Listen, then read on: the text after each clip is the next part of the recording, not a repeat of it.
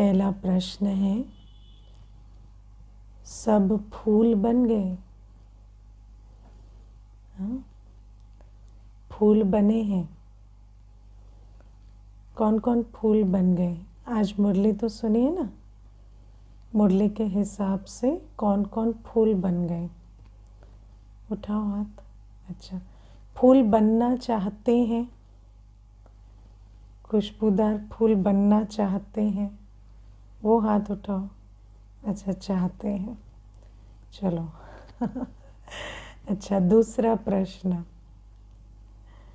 कौन कौन परवाने बनना चाहते हैं? है ना, परवाने माना समझे ना, जो जीते जी मरते हैं। है ना? क्यों पूछ रही हूँ? क्योंकि फूल सबको बनना है, परवाना नहीं बनना है। ठीक है ना? परवाना बने बिना फूल कैसे बनेंगे? ना, सारी बात वही है ना? मैं मेरा भी रखना है और बाबा का भी बनना है, तो वो नहीं हो सकता। है ना? सारी बात वहीं पे ही आती है। इसलिए आज बाबा हमें कहते, फूल कहो परवाना कहो, बात एक ही है, क्योंकि दोनों इंटरकनेक्टेड हैं। अगर परवाना नहीं बनेंगे तो फूल कैसे बनेंगे? अब इसको थोड़ा समझेंगे आज। परवाना बनना माना, ये जो देह है, देह के संबंध हैं, पुरानी दुनिया है, इसमें जो हमारा मैंपन मेरापन है, उसको हमें समाप्त करना होगा। है ना? और तेरा करना होगा। है ना? मैं बाबा का, बाबा मेरा, और बाबा का सब कुछ। ना, जब तक बाबा का नहीं करेंगे तो बुद्धि का ताला नहीं खुलेगा, विचार सागर मंथन नहीं होगा। है ना? विचार सागर मंथन क्या, मुरली सुनाई दे उसके लिए भी पवित्रता चाहिए। विचार सागर मंथन तो दूसरी बात है, मुरली तो सुनते हुए सुनाई नहीं देती। मुझे एक अभी माता कह रही थी पीछे, सुबह से 4 बार पढ़ चुकी हूँ, एक लाइन भी याद नहीं रहती है ना? 4 बार मुरली पढ़ चुकी हूँ, एक लाइन भी याद नहीं रहती। तो क्यों याद नहीं रहती? बुद्धि का क्या हाल हो गया है ना? लेकिन बाकियों के लिए कहेंगे, उन्होंने कहा भी नहीं लेकिन मैंने सुन लिया। है ना? कोई कुछ कहता नहीं है तो भी उसके मन की बात भी पढ़ लेते हैं, लेकिन बाबा यहाँ मुरली चलाता रहता है, सुनाई नहीं देती। तो ऐसी बुद्धि के साथ कैसे खुशबू आएगी? अब रूहानियत की खुशबू तो तब आए ना जब ज्ञान का विचार सागर मंथन हो। अब विचार सागर मंथन की जगह उल्टा क्या चल रहा है? पर चिंतन, पर दर्शन, तो फिर वो वाली बदबू भी आती रहती है ना? इसीलिए बाबा कहते हैं खुशबूदार फूल बनना है तो परवाना बनना पड़ेगा। है ना? और परवाना कैसे बनते हैं? जब तक हम मैं और मेरा, है ना, अभी हमारा सब कुछ कहाँ लग रहा है ना? हमारा सब कुछ, हमारी जीवन किसके लिए है? वहाँ जहाँ मैं और मेरा है ना, हम समझते हैं हम उन्हीं के हैं और हमारे सब कुछ वहाँ लग रहा है। लेकिन जब हम समझेंगे मेरा बाबा, बाबा मेरा और मैं बाबा का, और बाबा का कार्य सो मेरा कार्य, है ना? मैं बाबा का, बाबा मेरा, और बाबा का कार्य सो मेरा कार्य। बाबा इस विश्व को परिवर्तन करने आए हैं। बाबा इस दुनिया को पतित से पावन बनाने आए हैं। उसमें बाबा कहते तुम्हारा तन मन धन तीनों चाहिए। है ना? अगर मेरा मन या तन या धन सिर्फ लौकिक में, मैं और मेरे में फंसा हुआ है, तो फिर, है ना, कहाँ बाबा का? और जहाँ मर्जीवा नहीं बने हैं, मैं बाबा का, बाबा मेरा नहीं है, है ना, कुछ भी कणा दाना कुछ भी नहीं, सेवा कुछ भी नहीं है, संकल्प भी कुछ भी नहीं है, तो फिर वहाँ कहाँ विचार सागर मंथन होगा। क्योंकि देखो कितनी बड़ी बात है, हम मुरली रोज़ सुनते हैं पर विचार सागर मंथन क्यों नहीं चलता। इसीलिए नहीं चलता क्योंकि परवाने नहीं बने हैं, जीते जी नहीं मरे हैं, है ना। बाबा कहते हैं कि कोई भी काम करते हैं, लौकिक भी काम करते हैं, नौकरी पे जाते हैं, भोजन बनाते हैं, है ना, वृत्ति क्या होनी चाहिए कि मेरा सब कुछ बाबा का है। और वृत्ति में फिर मनसा वाचा कर्मणा सेम भी होनी चाहिए।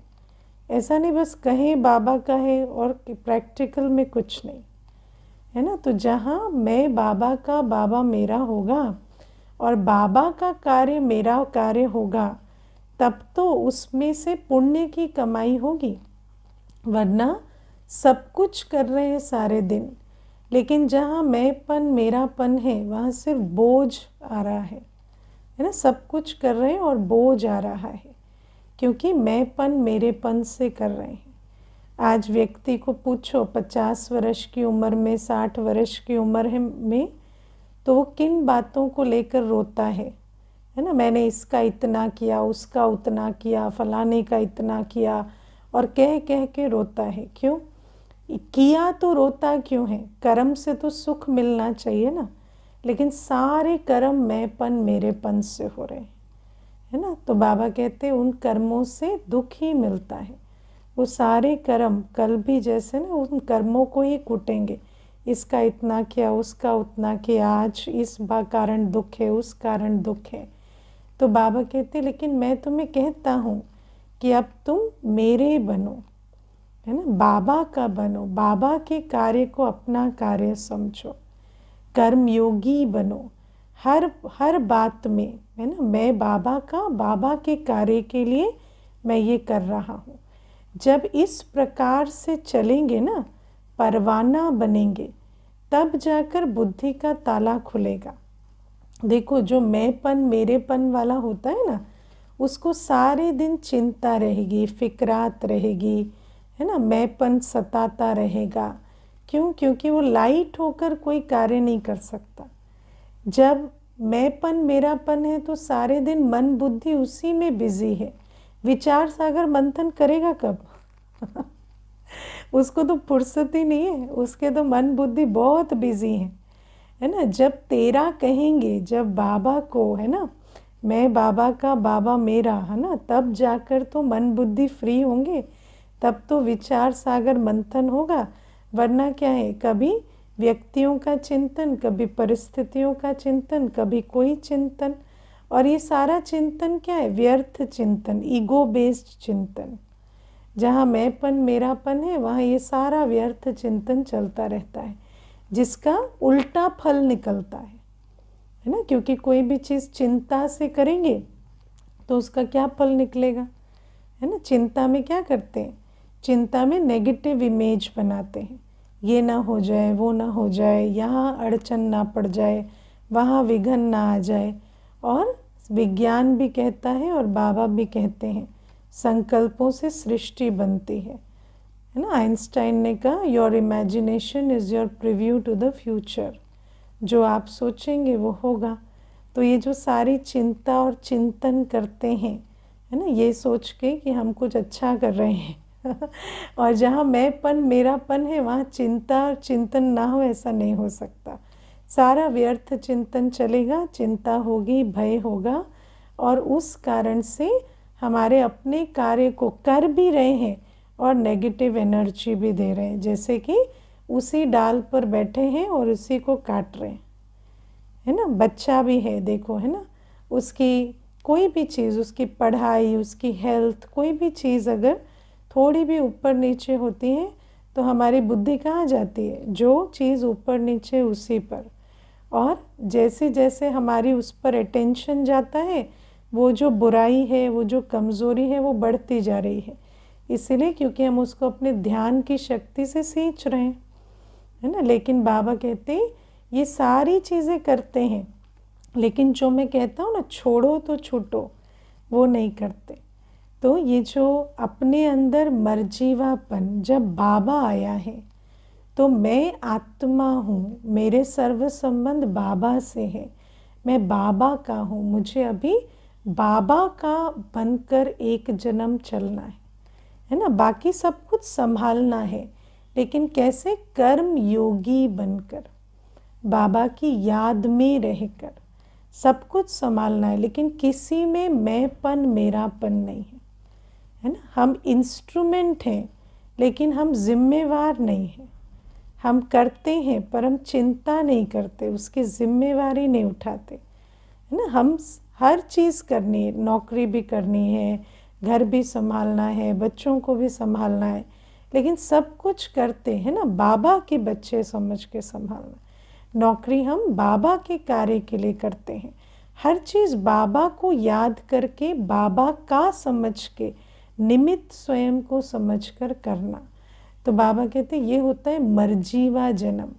पुराने जन्म की स्मृतियों से मर गए, पुराने जन्म में जो इससे पहले है ना, ज्ञान से पहले जो हम जिस संबंध से रहते थे, वो संबंध भूल गया है।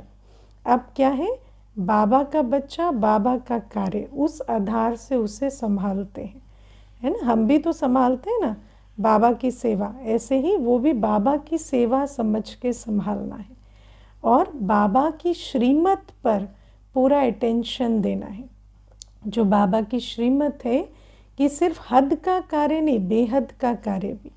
बाबा ने मुझे एक हद की जिम्मेवारी दी है, एक बेहद की दी है, तो दोनों को मुझे बैलेंस करके चलना है।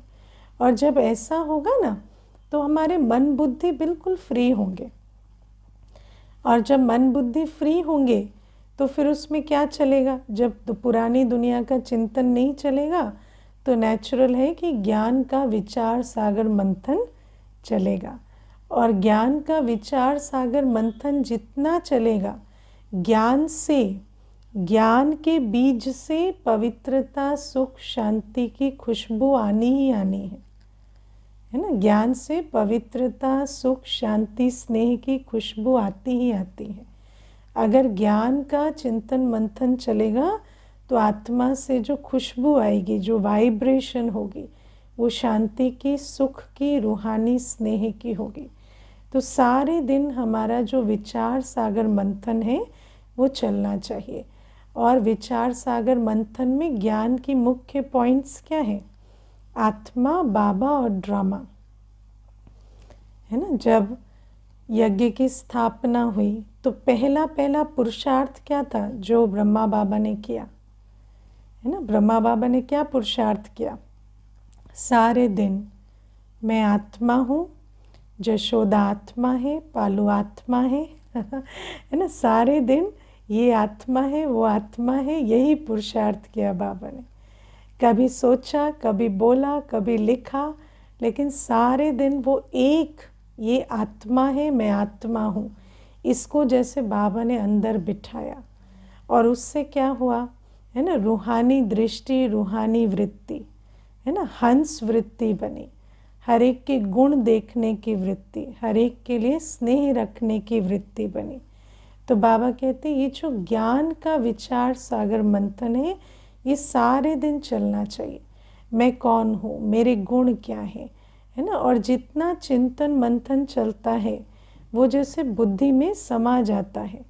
और जब भी हम अपने बारे में सोचें ना, तो हमें ये देह नहीं, बस एक चमकता सितारा याद आए, है ना। अभी जब आप सोचते हैं अपने विषय में, तो आपकी सेल्फ इमेज क्या है?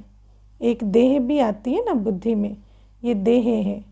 लेकिन बाबा कहते हैं इतना विचार सागर मंथन करना है कि जब भी अपने विषय में सोचें, एक शांत स्वरूप पवित्र सितारा आत्मा ही नजर आए।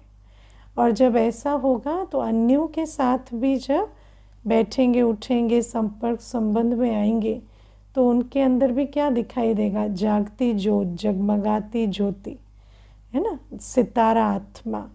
और जब उनको उस रूप से देखेंगे, तो जैसी दृष्टि वैसी सृष्टि, उनको भी आत्मिक स्थिति में स्थित कर देंगे, है ना। बाबा ने आज कहा ना, किसी को शरीर रूप में देखते हैं तो फिर उसको भी शरीर ही याद आएगा, है ना। कोई आपके धन को देखता है, कोई आते ही देखे कि ये गरीब हैं, इनके यहाँ पे, है ना, ये नहीं है वो नहीं है, तो आपका भी अटेंशन कहाँ चला जाता है, अपने धन की तरफ, है ना। कोई आपसे मिला, वो आपकी गाड़ी देख रहा है तो आप भी गाड़ी देखने लगते हैं कोई आपके कपड़े देख रहा है तो आप भी कपड़े देखने लगते हैं, होता है कि नहीं, है ना। हम अपनी दृष्टि से अन्य को भी उस स्मृति में स्थित करते हैं।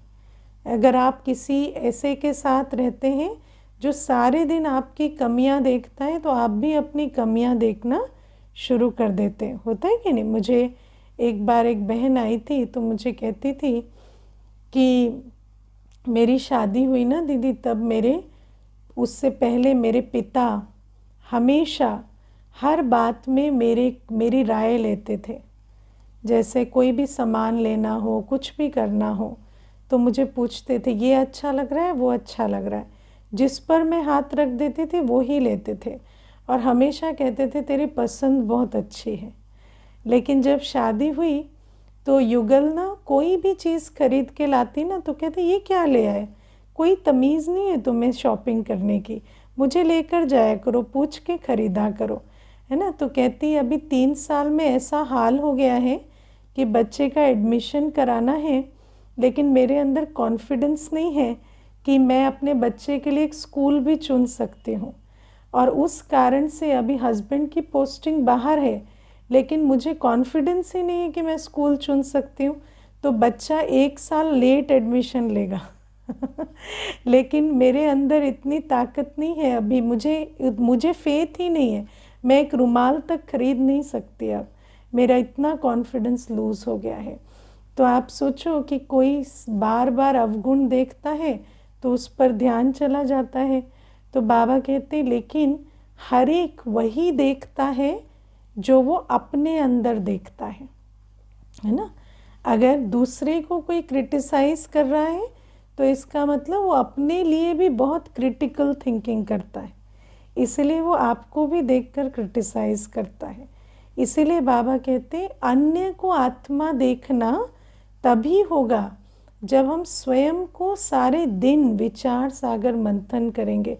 मैं आत्मा हूँ, सितारा हूँ, ये देह तो जैसे होते हुए भी है नहीं, है ना। मैं एक शांत स्वरूप, स्नेह स्वरूप, पवित्र आत्मा हूँ। जब अपनी आत्मिक स्थिति में, आप आत्मिक लाइट में अपने आप को बार बार देखेंगे और पक्की वो धारणा हो जाएगी ना, तो हर एक को देखते हुए आपकी दृष्टि आत्मिक होगी। मेल फीमेल की भी दृष्टि नहीं जाएगी, है ना, ऊंचे नीचे की भी दृष्टि नहीं जाएगी, कद काठी की भी दृष्टि नहीं जाएगी, कोई भी दृष्टि नहीं, सिर्फ आत्मा। और जैसे आप उसे देखेंगे वो भी उस स्मृति में स्थित होते जाएंगे। तो बाबा कहते हैं इसलिए विचार सागर मंथन करो। फिर दूसरी चीज़ मेरा बाबा, है ना, विचार सागर मंथन में दूसरे पॉइंट मेरा बाबा। आप सोचो दुनिया में सबसे बड़ी जो प्रॉब्लम है वो आज क्या है, अकेलापन, अप्राप्ति की भावना, है ना, संबंध की कमी, स्नेह की कमी। और जब मेरा बाबा है तो बाबा कौन है, सर्व संबंधी और सर्व प्राप्तियों का सागर। और मेरा बाबा है सच्चा साथी जो एक सेकंड भी साथ नहीं छोड़ता। तो विचार करके तो देखो तुम्हें कौन मिला है ना, वो साथी जो कभी साथ नहीं छोड़ता, वो प्राप्तियों का सागर जिसके पास कोई अप्राप्ति नहीं है, वो जो सर्व संबंधों का सुख, जिस समय जिस संबंध का सुख चाहिए वो हमें देता है। और वो जो हमें ऐसा वर्षा देकर जाता है जो हमें कभी भविष्य की चिंता नहीं करनी पड़ेगी। तो ऐसा बाबा मेरा है, ये विचार करें तो आत्मा के अंदर कितनी खुशी, आज इसलिए बाबा कहते हैं मस्ती छा जाएगी, है ना, क्योंकि खुशी से भी ऊपर उस आत्मा की अवस्था होगी। लेकिन विचार करते हो मुझे कौन मिला है, मेरा साथी कौन बना है, मुझे कौन पढ़ाता है। परम पिता, परम शिक्षक, सतगुरु, गति सदगति दाता मुझे पढ़ाते हैं।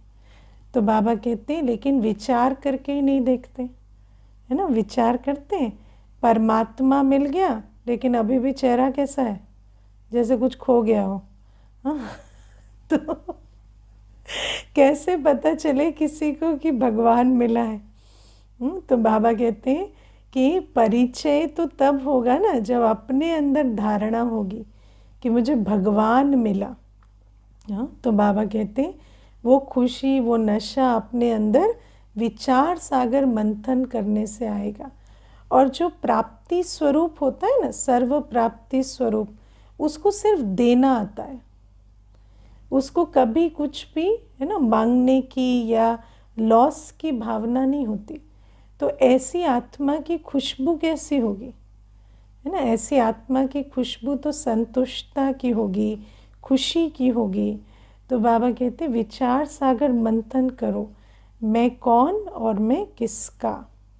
और फिर ड्रामा पर विचार सागर मंथन करें तो सोचो, है ना, अनादि स्वरूप में जाएं तो कैसा, एकदम शांत और भरपूर स्वरूप। आदि स्वरूप में जाएं तो कैसा है, हार्मनी वाली दुनिया, है ना। ऐसी दुनिया जहाँ अप्राप्त नहीं कोई वस्तु, देवताओं के खजाने में। पूज्य स्वरूप में जाएं तो अपना दातापन इमर्ज हो जाए। तो ड्रामा पर चिंतन करें, ड्रामा पर विचार सागर मंथन करें तो फिर कितने सारे गुण इमर्ज हो जाए। और सबसे बड़ी बात, ड्रामा पर जब विचार सागर मंथन करते हैं तो फुल स्टॉप लगाना आ जाता है। क्यों? क्योंकि ड्रामा तो बना बनाया है ड्रामा तो बना बनाया है ना। आप क्या क्यों करें, कुछ भी करें, लेकिन जो है सो है। हर 5000 वर्ष में यही होता है आप कितना भी उसमें दिमाग लगाएं, ये अच्छा है, बुरा है, सही है, गलत है, न्याय है, अन्याय है ना, लेकिन कुछ नहीं है, ये ड्रामा है ये ड्रामा है, ये और कुछ भी नहीं है। तो बाबा कहते हैं कि ड्रामा पर विचार सागर मंथन करें तो जैसे सदा खुश और कल्याणकारी ड्रामा की स्मृति रखें कि ड्रामा कल्याणकारी है। क्योंकि बाबा को पसंद है ड्रामा, तो मुझे भी पसंद है। तो फिर ड्रामा के प्रति भी, हर सीन के प्रति भी हमारी वृत्ति क्या हो जाएगी, ये कल्याणकारी है। तो बाबा कहते हैं ये जो विचार सागर मंथन है, इससे बहुत रूहानियत की खुशबू आती है। लेकिन जब तक, है ना, मन बुद्धि फ्री ना हो और पवित्रता ना हो, है ना, पवित्रता आती श्रीमत पर चलने से। आज बाबा ने कहा ना, पोता मेल देना पड़ेगा, पवित्र बनना पड़ेगा, है ना, कामजीत मोहजीत बनना पड़ेगा। अगर नहीं बनेंगे, पुरानी दुनिया के रस्म रिवाज, पुराने संस्कारों से अगर नाता नहीं तोड़ेंगे तो क्या विचार सागर मंथन करेंगे, कुछ नहीं, है ना। और विचार सागर मंथन ही नहीं करेंगे तो क्या मक्खन निकलेगा, और क्या खुशी होगी, और क्या खुशबू आएगी। तो इसीलिए सबसे पहला अटेंशन कि मैं जीते जी मरा हूँ या अभी भी पुरानी दुनिया, जैसे भक्ति में करते थे ना कि मैं ये फलाना, मेरा ये, और बाबा तुम आकर मेरा ठीक कर दो, है ना। बाबा कहते नहीं, मेरा ठीक करने, तुम्हारा ठीक करने मैं नहीं आया हूँ, तुम मेरे बनो मैं इसलिए आया हूँ, है ना। बाबा कहते हैं तुम मेरे बनो इसलिए आया हूँ, तुम्हारा ठीक करने नहीं आया हूँ। तुम्हारा मैं और मेरापन बना रहे, इस आशीर्वाद के लिए नहीं आया हूँ। मैं आया हूँ कि तुम मर्जीवा बनो, मैं और मेरे को तेरा करो, है ना। और तेरा करेंगे तो जब वो मेरा हो गया तो मैं संभालूंगा, है कि नहीं। बाबा कहते तुम्हारा नहीं संभालूंगा, मेरा कर दोगे उसे तो मैं संभालूंगा तुम मेरे, तो तुम्हारा सब मैं जिम्मेवारी लूँगा, है ना। तुम निमित्त बन, बस कार्य करना, लेकिन तुम तो मेरे बनो। लेकिन हम कहते नहीं, हम इनके रहेंगे, तुम भी मेरे को संभालो, ऐसा ये कॉन्ट्रैक्ट नहीं है तो इसीलिए वो खुशबू नहीं आती। और अगर इतनी रूहानियत की खुशबू हो तो मैं समझती हूँ कि जो बाबा का जो लक्ष्य है ना, वो तो कब का पूरा हो जाए, क्योंकि खुशबू ही तो फैलानी है। जहाँ रूहानियत की खुशबू होगी तो नया संसार क्या है, उसी खुशबू से भरा संसार है। तो ये पहली चीज़। दूसरा, बाबा आज हमें कहते हैं कि जहाँ हिम्मत है और निर्भयता है, वहाँ बाबा की मदद मिलती है ना। लेकिन हिम्मत और निर्भयता किस में है ना, तो हिम्मत और निर्भयता दिखानी है श्रीमत पर चलने में, है ना। जब हम श्रीमत पर चलते हैं, क्योंकि देखो जहाँ रावण की मत पर चलते हैं वहाँ हमें बहुत हिम्मत देने वाले मिल जाते हैं, है ना। वहाँ हमें कोई विरोध नहीं होता। रावण की मत पर चलेंगे तो कोई विरोध होता है? रावण की मत पर चलने में आजकल तो, है ना, कोई डर नहीं, कोई विरोध नहीं। आजकल तो आप जिसको सोचते भी नहीं थे ना, वो आपको रावण मत में धक्का मार देते, है ना, कि आप जाओ, हम आपको सपोर्ट करेंगे, है ना। मुझे एक माता कहती थी, मेरी सास कहती है कि पति के साथ बैठ के शराब क्यों नहीं पीती हो, है ना, उसका भी थोड़ा दिल बहलेगा, उसकी भी, है ना, दिल इधर उधर नहीं भागेगी, तो तुम पति के साथ बैठ के शराब पियो। तो कहती थी, अब दीदी सास बिठा के बोलती है कि पति के साथ शराब पियो, तो आप बताओ क्या कहें और, है ना। तो ये क्या है कि आजकल तो रावण मत पर चलने में हिम्मत नहीं चाहिए, निर्भयता नहीं चाहिए। रावण मत पर चलने में तो हर एक कोई साथ देता है, लेकिन हिम्मत की बात तब आती है जब हम श्रीमत पर चलते हैं। श्रीमत पर चलते हैं तब बात आती है माया की। माया तभी सामना करती है जब हम श्रीमत पर चलते हैं, तभी माया डरावना रूप लेकर आती है ना। लेकिन बाबा ने क्या कहा है, माया पेपर टाइगर है ना, वो आएगी, लगेगी जैसे टाइगर है, तुम डरना मत। है ना। तो जैसे ही आप कदम बढ़ाएंगे, कोई भी हिम्मत का कदम बढ़ाएंगे, मानो आप पवित्र रहने का कदम बढ़ाएंगे, तो माया आ जाएगी, है ना, आपको डराएगी, है ना। हम छोड़ देंगे, हम ऐसे कर देंगे, हम तुम्हें सब जगह बदनाम कर देंगे, चलो पंचायत बुलाते हैं, चलो ये होगा वो होगा, तो कितनी सारी बातें, है ना। और क्या कहते हैं, तुम्हारे सेंटर पे फ़ोन लगाते हैं, कौन तुम्हें ये बातें सिखा रहा है। तो ये सारी बातें माया इस प्रकार से आती हैं। पवित्र बनने में ये वाली बातें आती हैं, बाहर से भी आती हैं, है ना, लौकिक परिवार से भी आती हैं, मित्र संबंधियों से भी आती हैं, और अपने संस्कारों से भी कई बार आती है ना। कई बार कोई कुछ कह नहीं रहा, लेकिन अपने अंदर ही भय लगता है, ऐसा करेंगे तो ऐसा ना हो जाए, क्योंकि जिस समाज में वो रहते हैं उसी से ही तो हम भी आए ना, तो हमारे अपने संस्कार भी वैसे ही हैं, है ना। कई बार तो मैंने देखा है कि कई आके बहुत बड़े बड़े वर्णन करते हैं ना, कि अभी पवित्रता में इसलिए नहीं चलते, उसलिए नहीं चलते, तो उनको पूछो कि किसी ने आपको कभी कहा है कुछ, तो कहेंगे नहीं, कहा नहीं है, लेकिन हम उनकी नेचर को जानते हैं ना, फिर कल वो बात उठेगी, फिर कल वो प्रॉब्लम आएगी।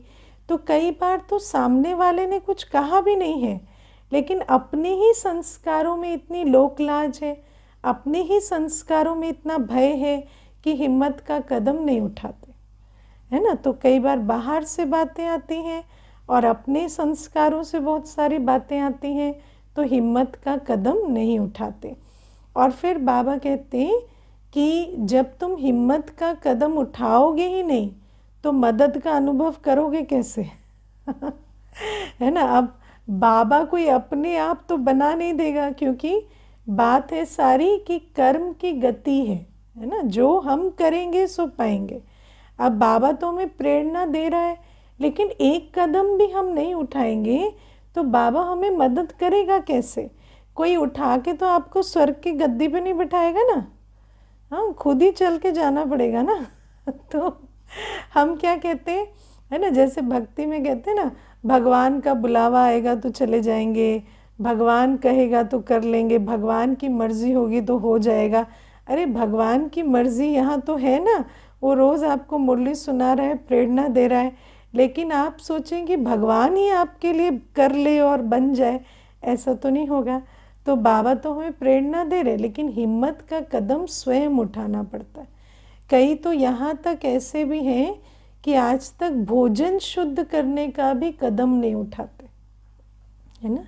और उसमें कहीं ना कहीं अपने संस्कार स्वभावों की बात होती है, कहीं ना कहीं बाहर की बातें होती हैं। लेकिन अगर आप कदम नहीं बढ़ाएंगे तो बाबा मदद कैसे करेगा ना। मैं आपको एक माता की बात बता रही थी ना पहले भी, कि मुझे रिसेंटली सुना रही थी कि कहती कि भोजन शुद्ध रखा है मैंने, तो फिर बेटे के यहाँ गई थी विदेश में। तो अब क्या है कि बेटे के यहाँ गई थी तो युगल भी गए थे। अब युगल नॉर्मली थोड़ा नाराज़ रहते हैं कि ये भोजन शुद्ध करती है, खाती नहीं है हमारे साथ, लेकिन मैंने उस बात को कभी इतनी वैल्यू नहीं दी। लेकिन अभी बेटे के यहाँ गई थी तो मैंने बाबा को कहा, बाबा देखो अभी आप लाज रखना, और मैं तो खाऊंगी नहीं, लेकिन आप संभाल लेना, है ना।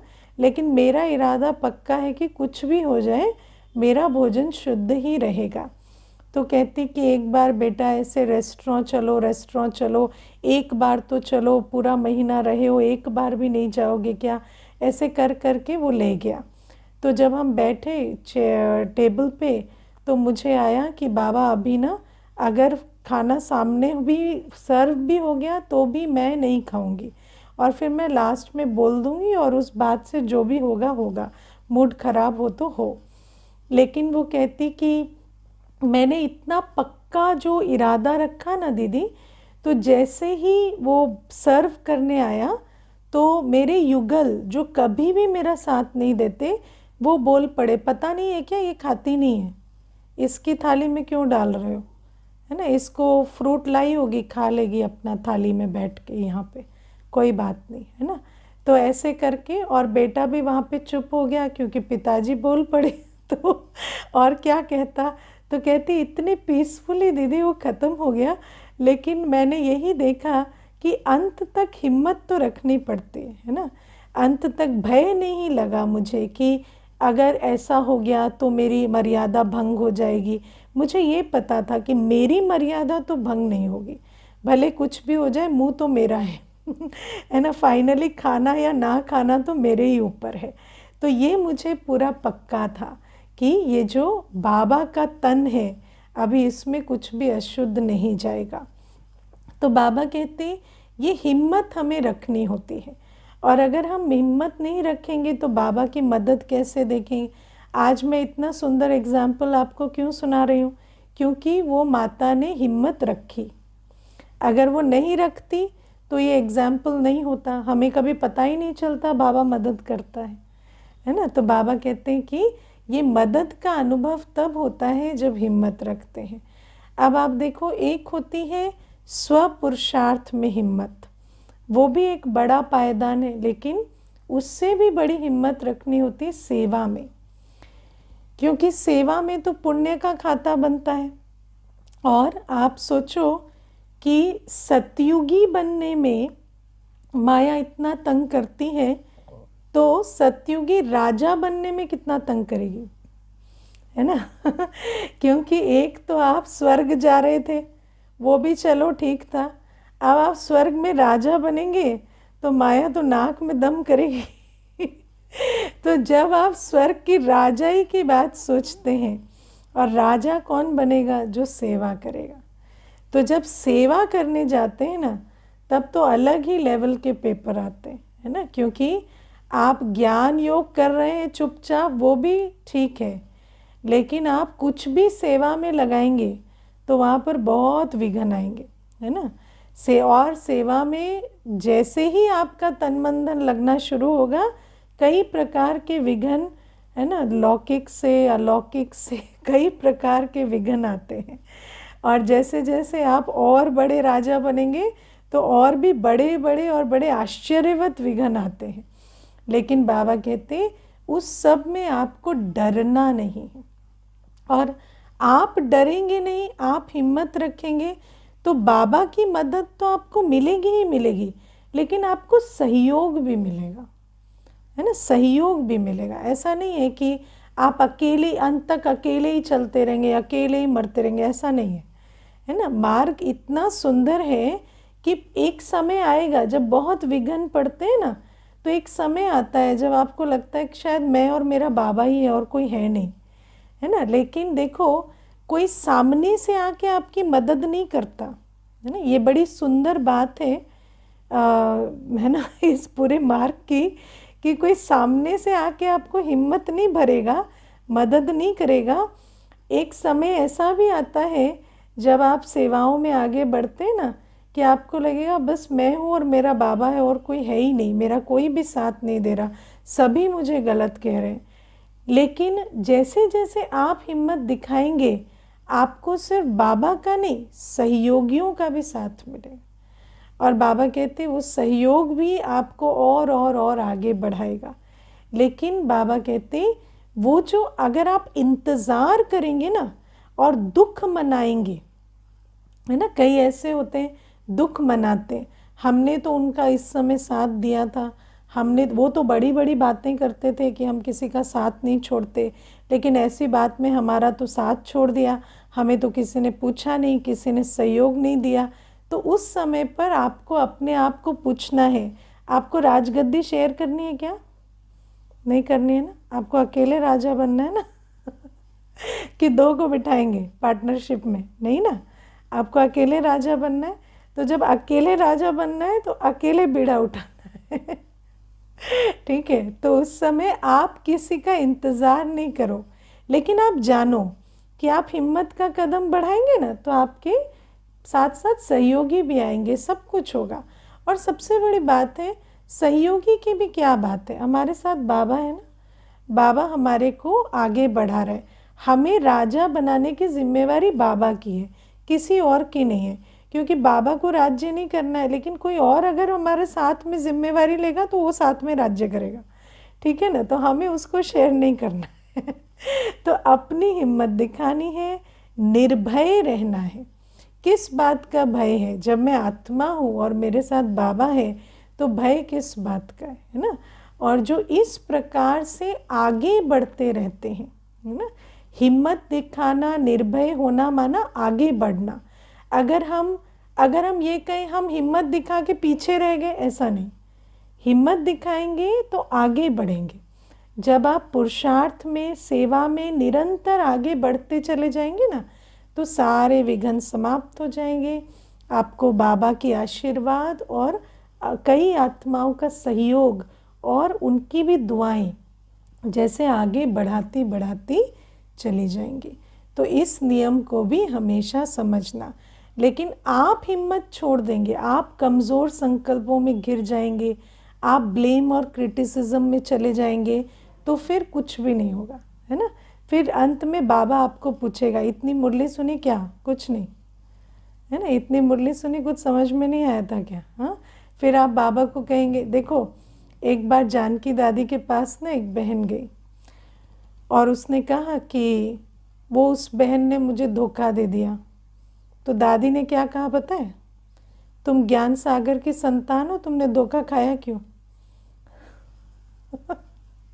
तुमने धोखा खाया क्यों?